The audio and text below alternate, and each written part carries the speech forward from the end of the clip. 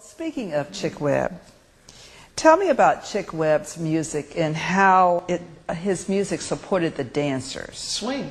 Swing. He was the king of swing. Was he respected by the dancers because he supported them in his music? He was a little feisty type of guy, you know. We got into big trouble one day because Count Basie's coming into the orchestra, coming to the ballroom. Man, wait till you hear this band. This band gonna come here and he gonna take Chick Webb out. And honey, Chick Webb heard that we had said those things about him, and he hit the ceiling. He was a little guy. Yes. And I mean, he could be very explicit with things he said. How tall was he, Miss Miller? About 4 something.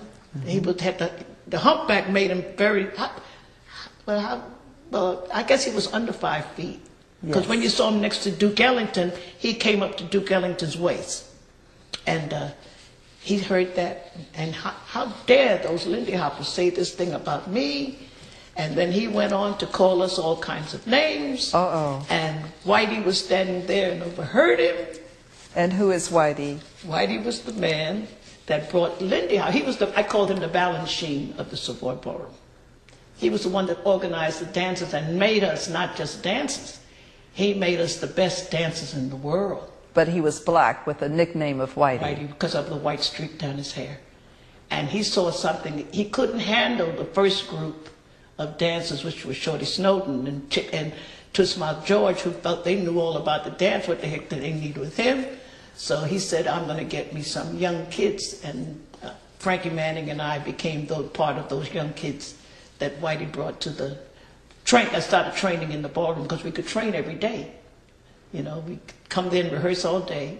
And whenever there's a major contest, well, we were right on top of it. And that's what started the Harvest Moon. It was a wonderful time to be able to be part of a new music that was being formed in the country. Remember, Fletcher Henderson started it.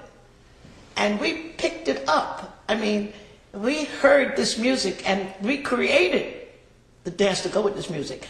Now, you got to remember, swing, jazz moved into swing. It's spreading around the world. We are a dance that's being spread. Remember, only in Harlem is they're doing the 2 steps and steps like this. But we had refined it to the place where it was more than a dance. That now the world wants this dance, and to be part of that evolution of knowing you can go. Remember, every time a big band went out, we went out. When Ella Fitzgerald was able to come, remember that up until then, there were no female singers with no bands. And here come a girl called Ella Fitzgerald with Chick Webb.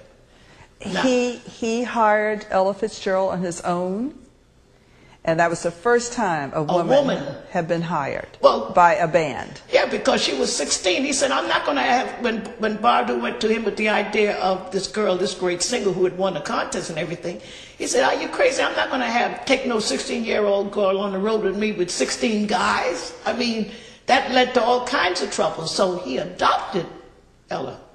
Oh. He adopted Ella. Now, when Ella went on the road, she wanted us with her. So you had a bunch of kids who danced, the greatest singer in the world that kept her occupied because she liked to play cards. We played cards with her every day. So we were always part of that great package with Chick Webb, Ella Fitzgerald, Whitey's Lindy hoppers. Fantastic. Was that great package?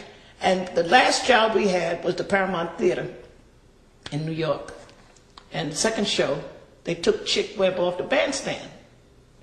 Up until that time, we didn't know how ill he was. He'd been with this back trouble he had. He had tuberculosis of the spine. And we just thought he was just mean and just, sometimes he'd come in there and throw a temper at us that, listen, you had to dance whatever tempo he set, and he would shoot that tempo up, man, we come on, you old. But that was because he was ill. And 2 months after that, took him off the bandstand, he died at Johns Hopkins Hospital. Of tuberculosis. Tuberculosis of the spine. And Ella Fitzgerald took over the band for a hot minute. Fantastic. Yeah. So she led the band after Chick Webb died. See, when we went in there, Paramount, it was Chick Webb's orchestra, Chuck and Chuckles, Whitey, Lindy hoppers. Vocalist Ella Fitzgerald on the bottom of the tape. And when we left there, it was Ella Fitzgerald and Chick Webb's orchestra.